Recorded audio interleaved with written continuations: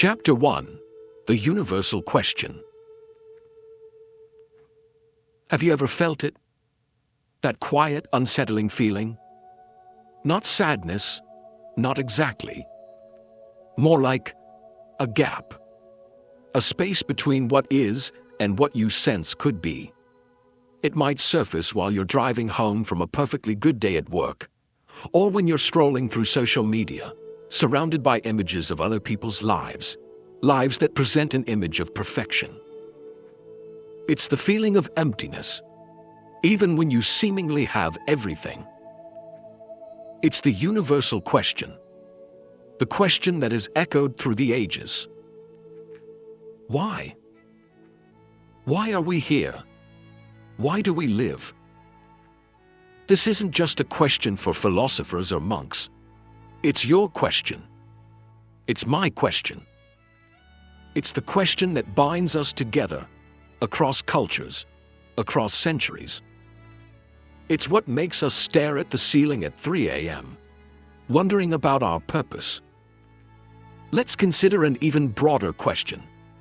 Why do humans exist at all? Was it a cosmic accident? A random collision of particles that, against all odds, resulted in conscious beings capable of pondering their own existence? Or is there a cosmic purpose, a grand design that we're a part of? This is a question that has been debated for centuries.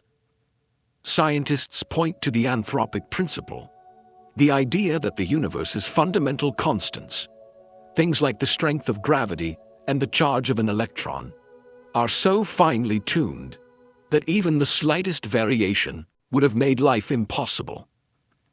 It's like the universe was designed for consciousness to emerge. But is that proof of a designer? Or simply a reflection of our own limited perspective?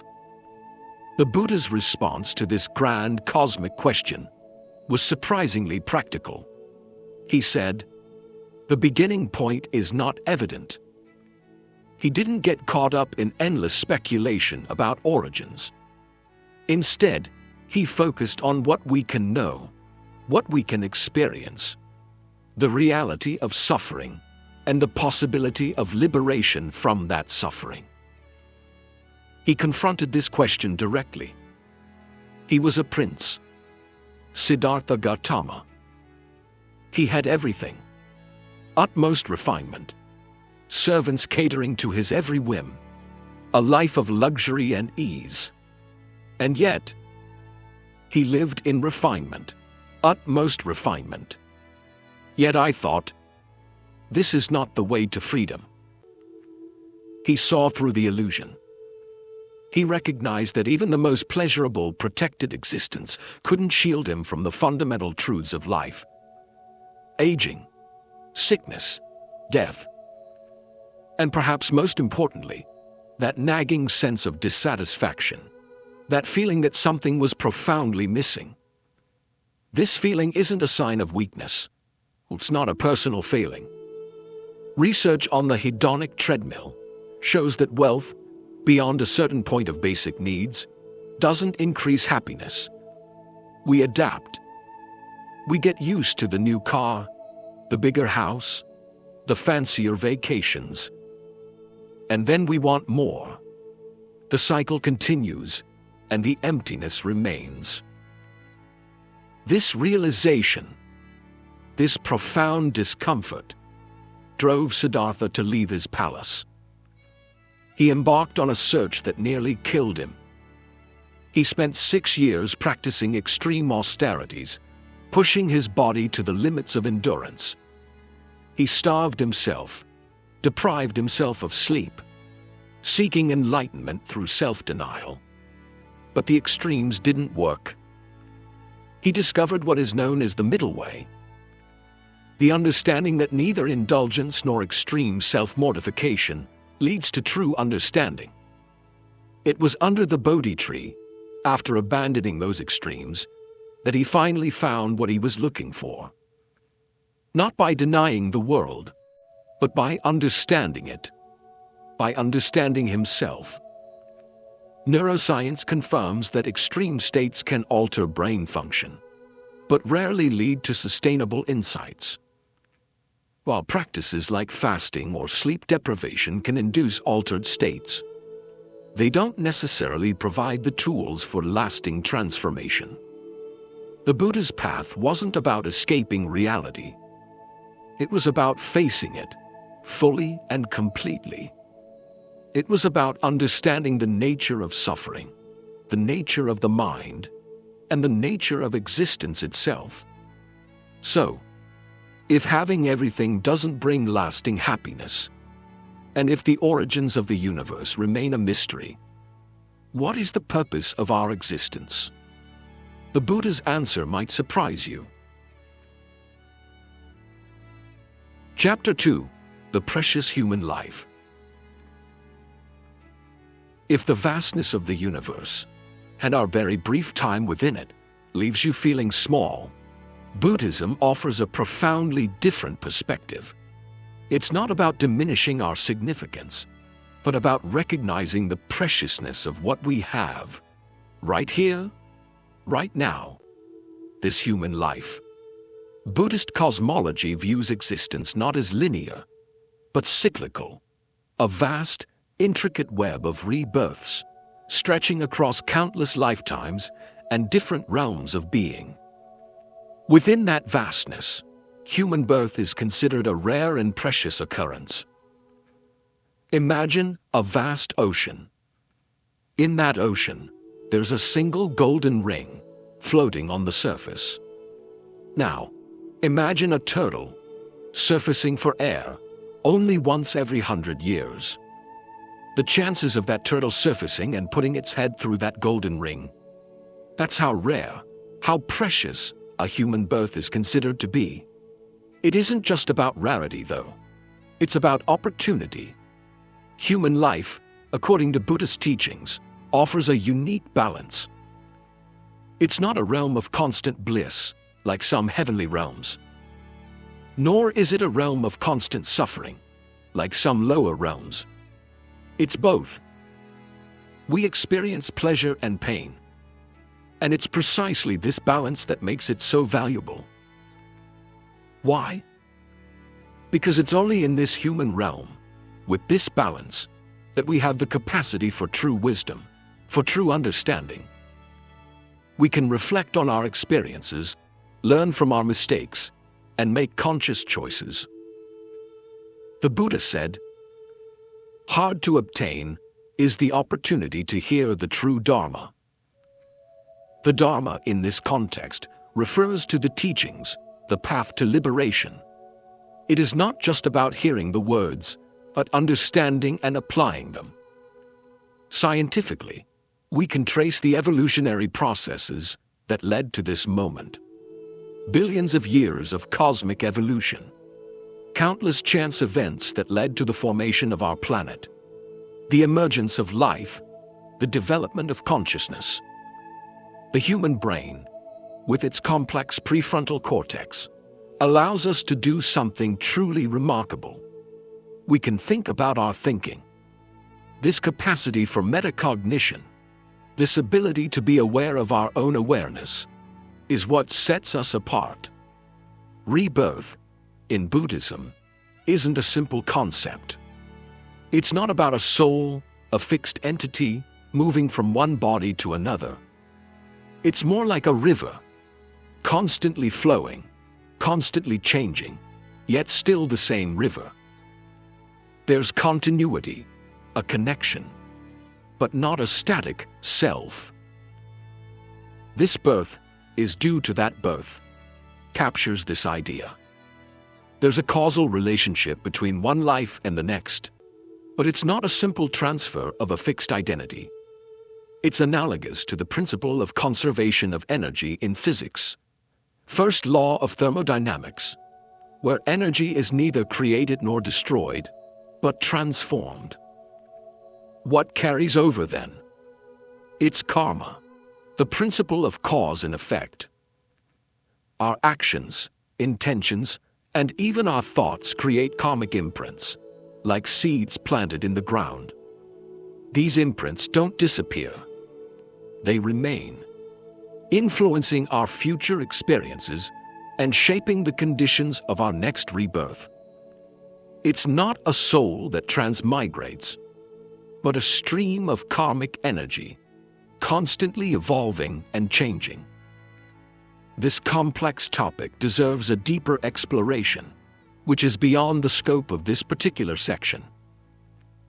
Understanding rebirth, even basically, changes how we live now.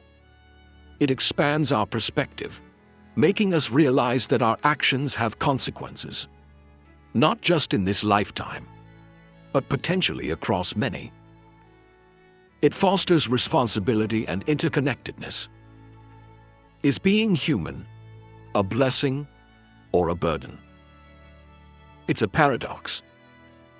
Our capacity for thought, for self-awareness, is the source of both our greatest suffering and our greatest potential. We can create profound beauty, inspiring art, and acts of extraordinary compassion. We can also create immense suffering for ourselves and for others.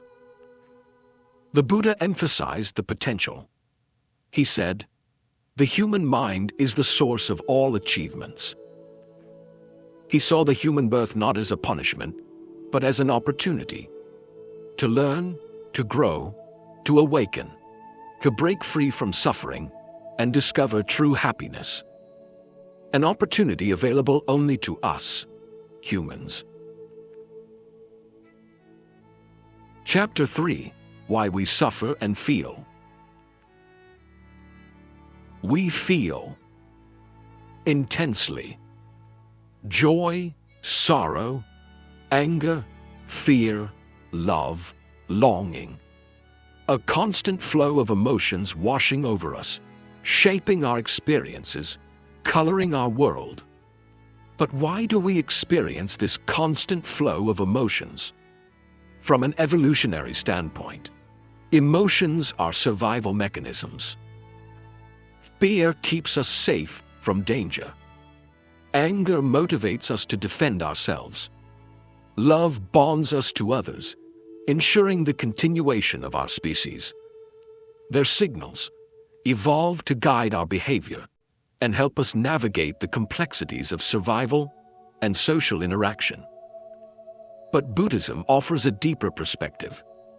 It sees emotions not just as biological imperatives, but as messengers. Messengers that we often misunderstand. We react to them blindly, letting them control us, rather than understanding their underlying message.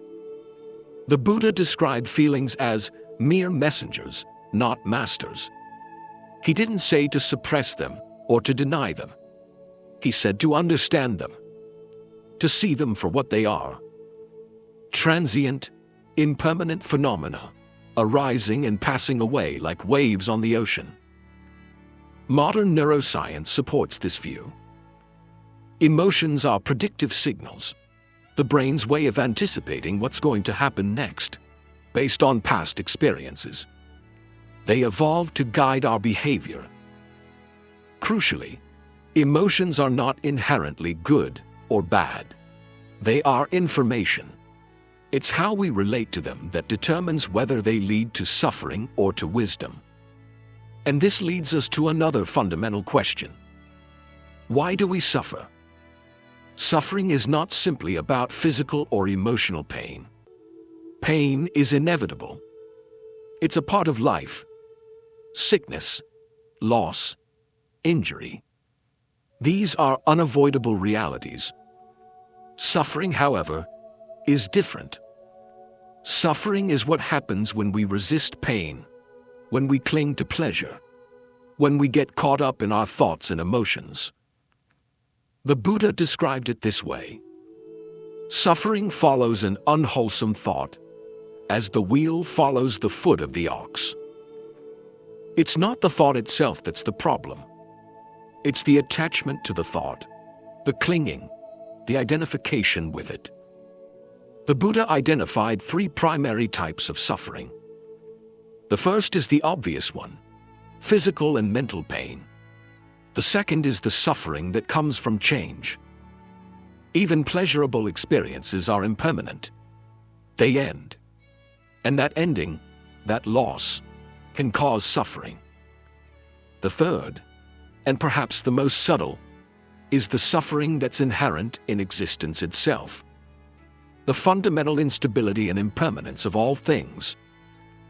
Nothing stays the same.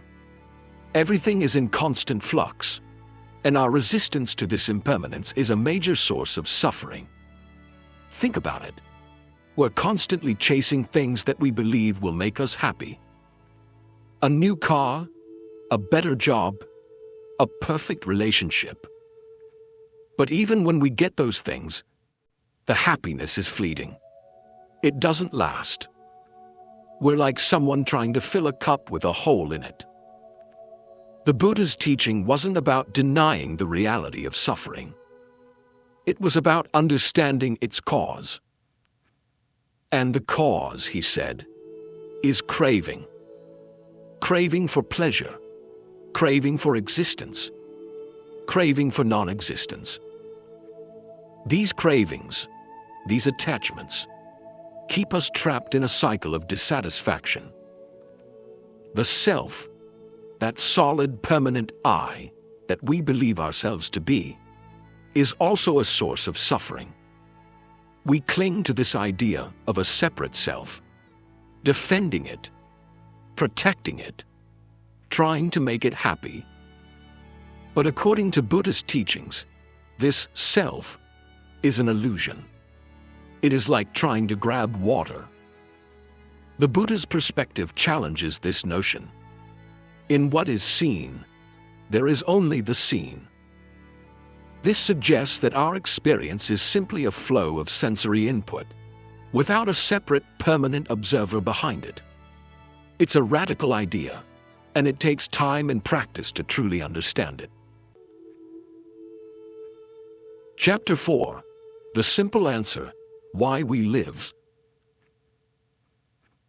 So, after all this, the questions, the searching, the unsettling truths about suffering and impermanence. What's the answer? What did the Buddha actually say about why we live? It's surprisingly simple, and yet profoundly deep. We live to end suffering and to find true, lasting happiness. That's it. That's the core of the Buddha's teaching. He said, just as the vast ocean has one taste, the taste of salt, so too my teaching has one taste, the taste of freedom. Freedom from suffering. Freedom from the endless cycle of craving and dissatisfaction. This might sound simplistic, even disappointing. After all the build-up, all the philosophical and scientific explorations, is that all there is? But the simplicity is deceptive. It's the simplicity of a fundamental truth, a truth that's often obscured by our complex minds and our complicated lives. It is not about some grand cosmic purpose assigned to us by some external force. It's not about fulfilling a destiny or achieving some predetermined goal. It's about waking up to the reality of our own experience and finding freedom within that experience. I am awake. That's what the word Buddha means. It's not a title. It's a statement of being. And it's a state that's available to all of us. It's not about becoming something we're not. It's about realizing what we already are. This awakening isn't some mystical, unattainable state. It's practical. It's about understanding how our minds work, how our emotions work, and how we create our own suffering.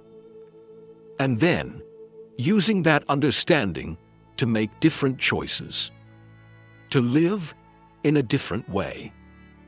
One of the core teachings that helps us understand this is dependent origination, or pratitya samutpada. It's often described as a chain, a series of interconnected links, that explain how suffering arises. It starts with ignorance, with a fundamental misunderstanding of the nature of reality. This ignorance leads to craving, to attachment, to clinging. And this clinging in turn leads to suffering.